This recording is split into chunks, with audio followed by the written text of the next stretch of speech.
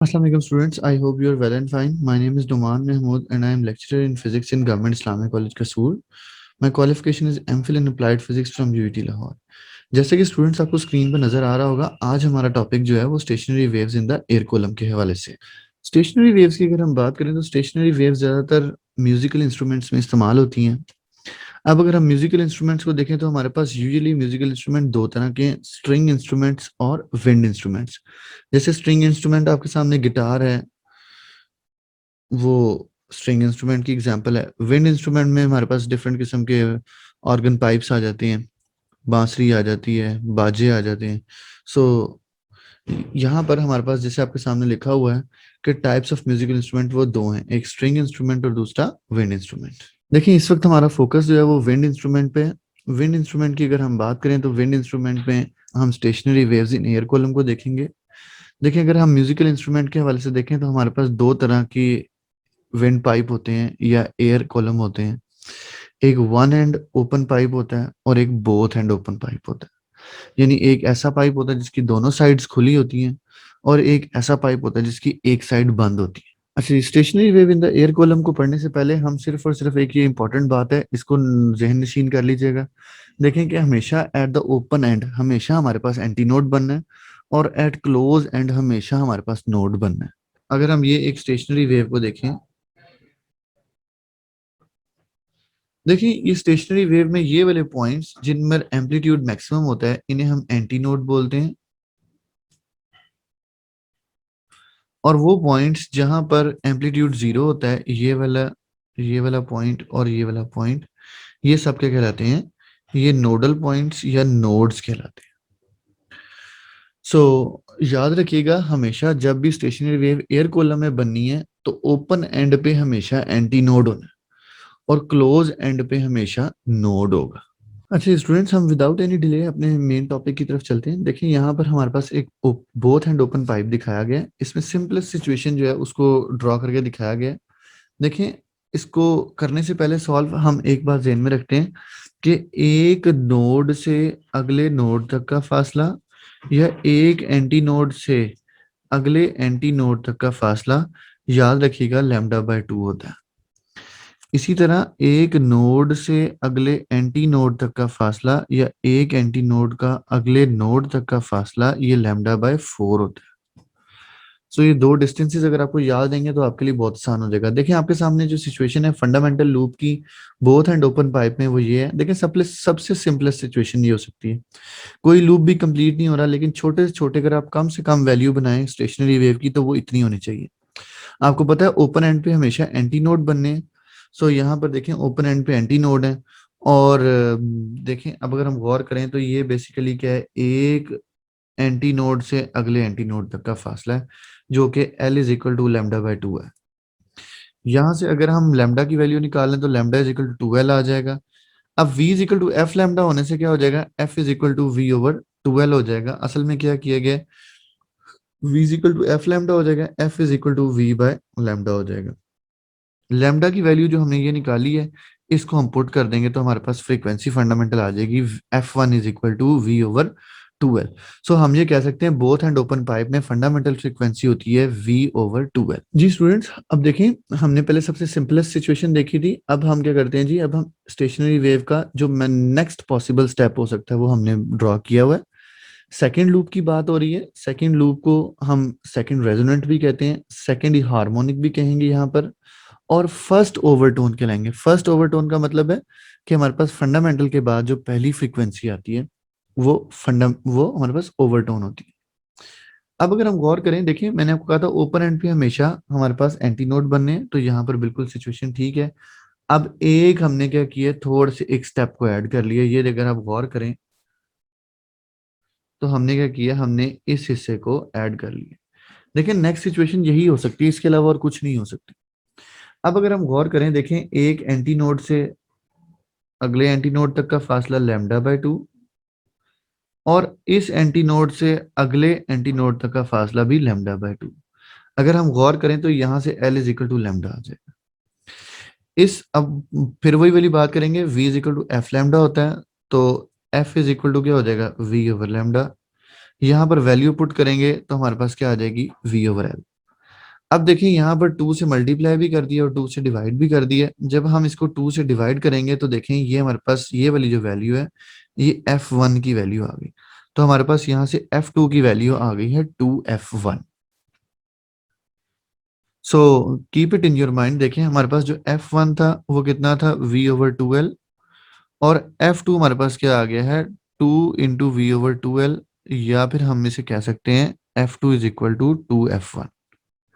देखिए याद रखिएगा, मैं ये कहना चाहता हूँ कि हमारे पास ये जो फ्रीक्वेंसी हमने निकाली है ये किसकी है जी, सेकंड लूप की है, सेकंड रेजोनेंट भी इसे बोलते हैं।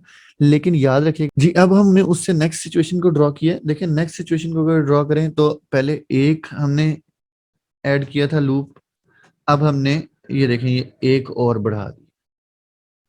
अब अगर हम गौर करें देखें बोथ एंड ओपन पे देखें हमेशा क्या है, एंटी नोड। ये इसका मतलब ये ठीक डायग्राम ड्रॉ है।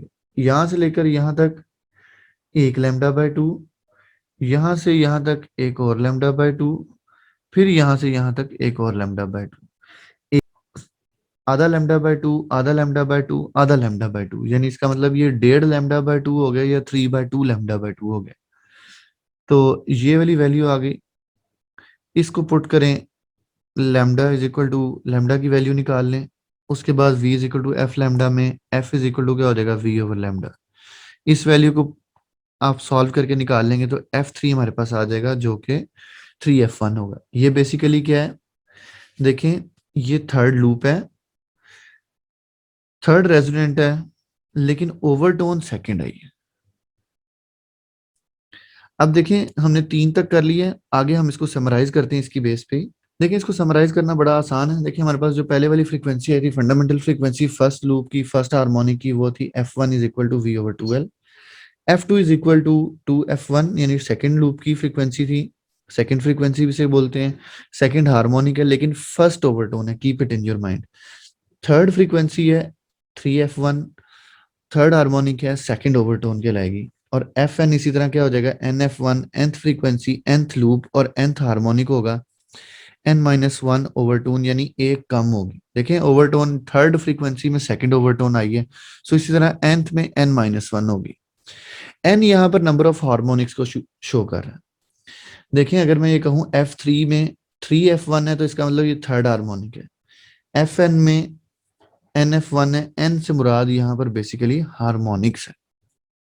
सो अगर मैं ये कहूँ कि इसमें कौन कौन से हार्मोनिक है, इसमें 1 भी है, इसमें 2 भी है, इसमें 3 भी है, तो all harmonics from 1 to n even और ऑड बोथ एग्जिस्ट करते हैं। देखिए जी अब हमारे पास आ जाते हैं one end close pipe. One end close pipe को अगर देखा जाए तो यहाँ पर हमारे पास, मैंने आपको कहा था कि ओपन एंड पे हमेशा एंटी नोड बनना है और क्लोज एंड पे हमेशा नोड बनना है। तो ये देखिए यहाँ क्लोज एंड है, यहाँ नोड बना हुआ है, और ओपन एंड पर कि एक एंटी नोड से नोड तक का फासला λ/4 होता है। इस λ/4 को L इज इक्वल टू λ/4 आ गया, सो यहाँ से λ इज इक्वल टू 4L आ जाएगा। और अगर हम गौर करें फ्रीक्वेंसी जो है वो हमारे पास फिर क्या आ जाएगी, सेम उसी तरह सॉल्व करने के बाद v/4L आ जाएगी, जो कि अगर हम ओपन एंड पाइप की बात करें तो वो v/2L थी।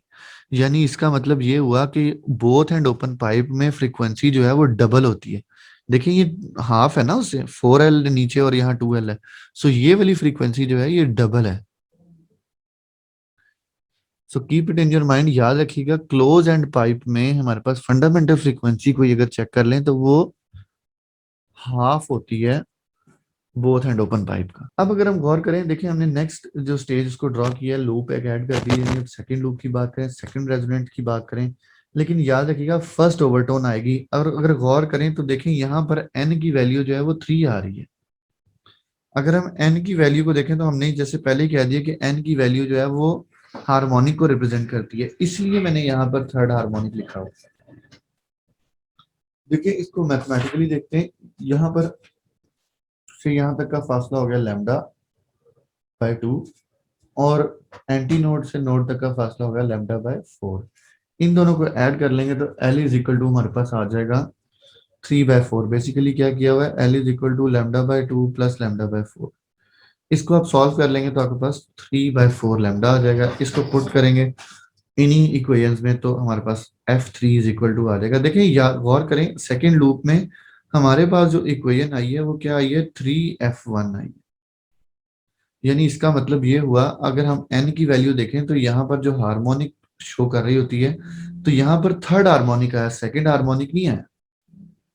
तो याद रखिएगा, वन एंड क्लोज पाइप में हमारे पास थर्ड हार्मोनिक होता है फर्स्ट के बाद, सेकंड नहीं होता है। सो इसीलिए मैंने इसको कहा है सेकंड लूप है, सेकंड रेजोनेंट है, फर्स्ट ओवरटोन है और थर्ड हार्मोनिक है। स्टूडेंट्स नेक्स्ट हमने इससे नेक्स्ट इक्वेशन दो लूप को मजीद ऐड कर दिया। देखिए थर्ड लूप पे आ गए, थर्ड लूप होगा, सेकंड ओवरटोन होगा, और अगर हम एन की वैल्यू देखें तो यहाँ 5 आ रही है, इसलिए मैंने यहाँ पर फिफ्थ हार्मोनिक लिखा। देखें यहाँ से यहाँ तक का डिस्टेंस हो गया λ/2, क्योंकि एंटी नोड से एंटी नोड तक का फासला है, फिर दोबारा λ/2, और फिर यहाँ पर λ/4 हो जाएगा। इन सबको आप ऐड कर लेंगे तो L की वैल्यू आ जाएगी यहाँ पर λ/2 प्लस λ/2 प्लस λ/4। इसको सॉल्व करेंगे तो हमारे पास L is equal to 5/4 lambda आ जाएगा। यहाँ से लैम्डा की वैल्यू 4L ओवर 5 आ जाएगी। सॉल्व कर लें तो देखें, आप गौर करें, n की वैल्यू 5 आ रही है, इसका मतलब इस वजह से हमने यहाँ पर फिफ्थ हार्मोनिक लिखा। सो हमारे पास keep it in your mind, देखें हमारे पास अब फिफ्थ हार्मोनिक आया थर्ड के बाद, यानी इसके अंदर इवन नंबर नहीं आ रहे, इसमें ऑड नंबर ही आ रहे हैं। So one end close pipe में हमारे पास, याद रखिएगा, पहली बात तो ये है कि फ्रीक्वेंसी जो है वो बोथ एंड ओपन पाइप से हाफ होती है, और दूसरा ये है कि इसमें इवन हार्मोनिक्स नहीं होते, इसमें सिर्फ ऑड हार्मोनिक्स होते हैं। और अगर हम बोथ एंड ओपन पाइप की बात करें तो उसमें इवन और ऑड बोथ हार्मोनिक्स होते हैं। जी स्टूडेंट्स, अब इसकी समरी है, देखें frequencies of one end close pipe या one end open pipe, F1 is equal to V over 4L, जो कि हाफ है उससे बोथ एंड ओपन पाइप से, और F3 is equal to 3F1 है, F5 is equal to 5F1 है। देखें याद रखें कि इसके अंदर इवन नहीं, इसमें सिर्फ ऑड हार्मोनिक्स आ रहे हैं, where n is the odd number. अच्छा जी, अब हम अगर बात करें रिजल्ट्स की, तो ये याद रखिएगा, हमारे पास बोथ एंड ओपन पाइप में पहली बात वही वाली बातें जो पहले कर दी हुई हैं वही दोबारा से आएंगी। In both end open pipe वो कहता है both even and odd harmonics exist. On the other hand अगर हम बात करें तो हमारे पास क्या है, वन एंड क्लोज पाइप में सिर्फ और सिर्फ ऑड हार्मोनिक एग्जिस्ट करते हैं। फंडामेंटल फ्रीक्वेंसी की बात करें या वैसे ओवरऑल फ्रीक्वेंसी की बात करें तो one end both end open pipe में फ्रीक्वेंसी डबल होती है as compare to one end close pipe में। आई होप स्टूडेंट्स आपको इस लेक्चर की समझ आई होगी। अगर इसमें कोई क्वेरी है आप इसको डायरेक्टली भी मुझसे पूछ सकते हैं, या आप कमेंट्स में भी इसको मेंशन कर सकते हैं। आप वीडियो को शेयर करें, लाइक करें, ज़्यादा से ज़्यादा लोगों तक ये नॉलेज पहुंच सके। Take good care of yourself. Allah.